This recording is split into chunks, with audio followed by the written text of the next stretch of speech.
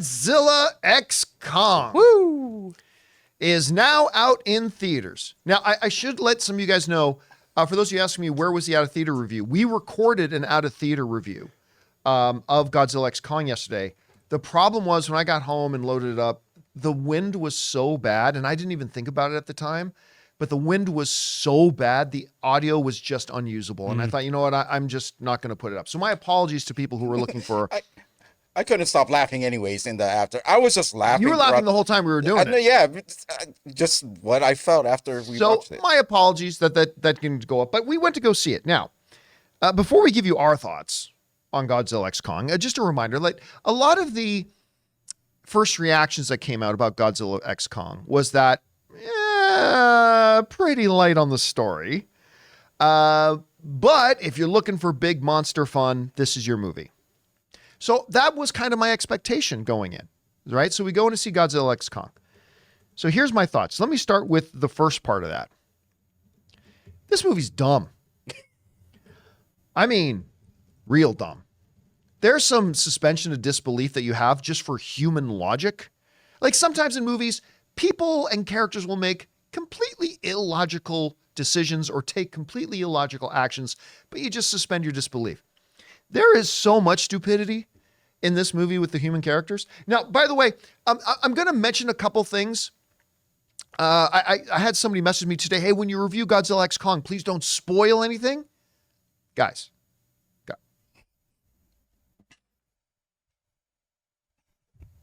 it's a Godzilla King Kong movie. There's nothing to spoil, okay? There's nothing to spoil. Did they destroy a city? And don't give him no lip, neither. Yeah, so Godzilla X Kong. Just a couple things here. Talking about the human stupidity in the movie. There's a part where our main girl, of course, in every one of these movies, you discover old ruins. That's actually in the trailers. You see that part anyway. Mm-hmm. But she's looking at this piece on the wall. That's literally 3 lines.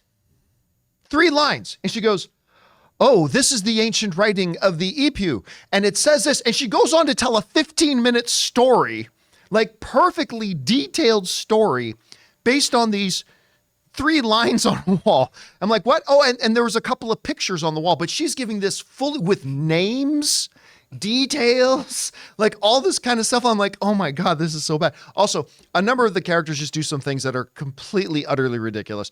The movie on many, many occasions and many, many times completely goes beyond asking you to suspend disbelief. I mean, it's just nonsensical in play. I mean, just absolutely nonsensical. And look, I'm okay with a movie not adhering to real world logic, but what I want a movie to do is to adhere to your own in-movie logic. Like once you set up what the parameters of logic in your movie are, just you stick to that.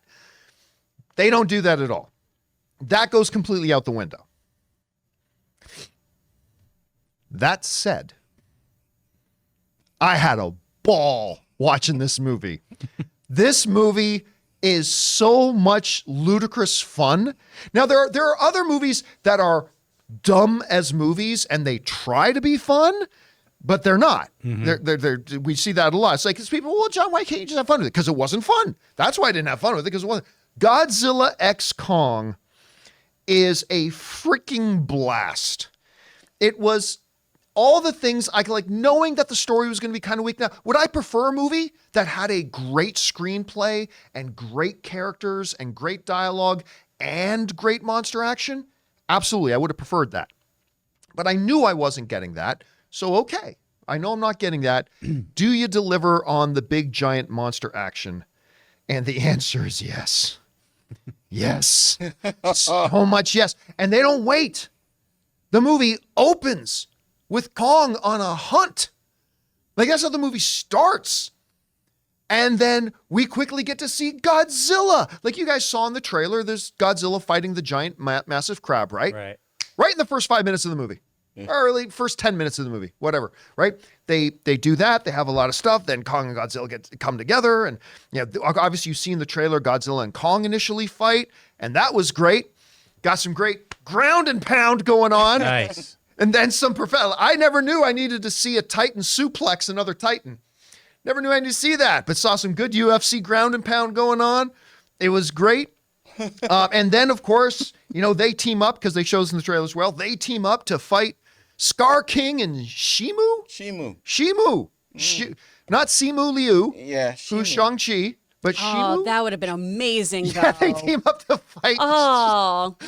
To fight Shang-Chi. Nope. So we see that come together. They have this big, tag team championship of the world fight. And there is tag teaming going on. Yeah, there is. There is absolute Heart Foundation level tag teaming going on. By the way, Godzilla's rocking the Heart Foundation colors. This movie was like a roller coaster of really and oh shit. You know what I mean? Really? So it's like, and oh shit. So it's like, really? But then they get into the oh shit. Yeah. There's the oh shits outweigh the reallys in this movie, for me at least. I mean, it's everything you want. Like, the trailers actually misled me. I thought we were going to play the long game with Godzilla. Like, he's sleeping the whole time. And then he kind of pops up near end. the end. Right, yeah. Honestly, this is a Godzilla X Kong. Like, every other scene is either one of them. And then you get the human scenes in the middle. Do you think this is fair to say? Just considering the whole movie and the story and all that kind of stuff, it's more a Kong movie than it is a Godzilla movie. But we did a lot of Godzilla. There's some shocking parts in there where I was like, okay. Yeah. Okay. I mean, for you Kong fans, I'm Team You're getting Godzilla a lot of Kong because you guys are accidents. making me choose. So I'll always be Team Godzilla. But I love Kong too. For you Kong fans, if you go and watch this film, you're going to be happy. You're going to be happy. That's all I'm going to say. You'll be happy because there's some... Yeah, let's just leave it as that. I'll wait for people to... And listen, I've never understood, admittedly, the love a lot of people have for Mothra. I honestly have never really understood. I mean, I have no problem with Mothra, but I've never understood. Mothra's pretty great in the movie. Yeah. Mothra's pretty great in the movie.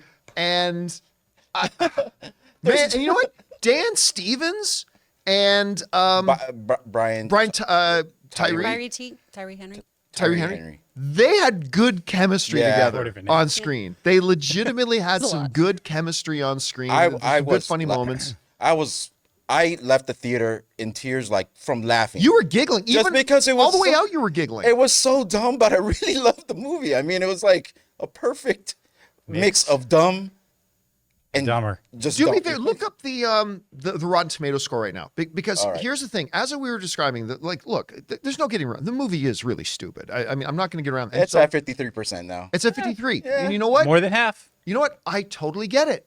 I take no issues with somebody who went into that movie and wanted a more well-rounded movie and was let down by it.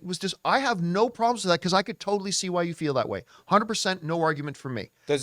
But for me, this movie delivered what I was like, knowing what I wasn't going to get, left me with, then you better give me a lot of this. Like, if you're not going to give me this, you better have a really good helping of this. And they gave it. And for me, it was just a lot of fun. It was a pretty good turnout, too, for a 4:00 showing. It was a good-sized crowd. Whenever I start seeing actually the front row of, like, the lower seats, people start getting into those, that's where I kind of... Does your box office prediction change after seeing that turnout yesterday? I mean, I think the official box office prediction is above mine. I think it's 65. I honestly think really, because the official projections were 50 to 55. Yeah, which will be great if it does 50 to 55. That's bigger than Godzilla versus Kong. That's a bigger opening than Godzilla King of the Monsters. Yeah.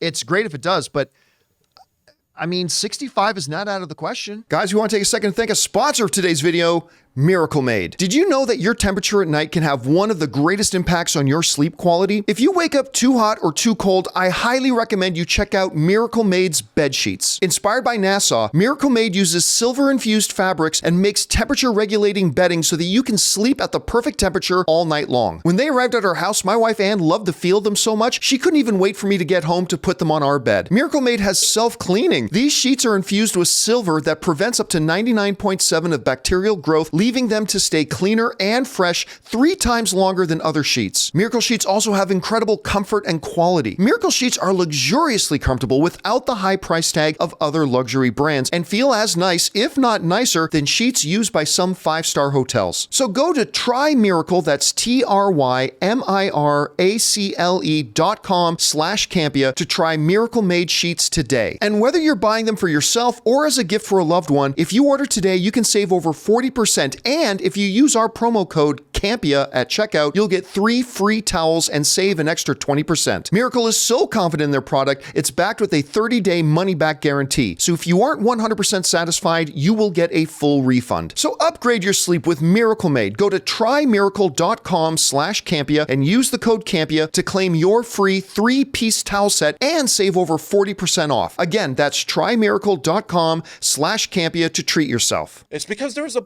bunch of like not kids, but there are a lot of younger kids there, and like if they start grouping and watching this like today, I could see it making 65. But you haven't changed your stance on the 50. You think it's a solid 50? Still? I think still 50 to 55. I think that's good. But listen, but again, I'm not going to be surprised because what do you got? You got a Dune 2 that's been in theater for 5 weeks. You got Kung Fu Panda 4, which has been in theater for 3 or 4 weeks. You got Ghostbusters Frozen Empire. 2. What's that? 2 weeks for Ghostbusters. This will be its second weekend. And I don't think a lot of people are going back to watch Godzilla Frozen Empire. I don't think a lot of people are going back to watch Ghostbusters Frozen Empire a second time. So it's possible if people just want to go to the movies, that the one true option there for you right now is Godzilla X Kong. So maybe it could exceed that. I do think though this is going to be like a 60% plus drop off next week though. But what is opening next week? I don't know. Anything. Because I mean, like for instance, we got Monkey Man coming. Yeah. Right. That's But Monkey I don't Man's think- not going to be a $40 million opening That's going film. to do good if it does John Wick 1 numbers. Right. Like I cannot wait for Monkey Yeah. Man, but let's be honest, it's not going to have a huge opening weekend.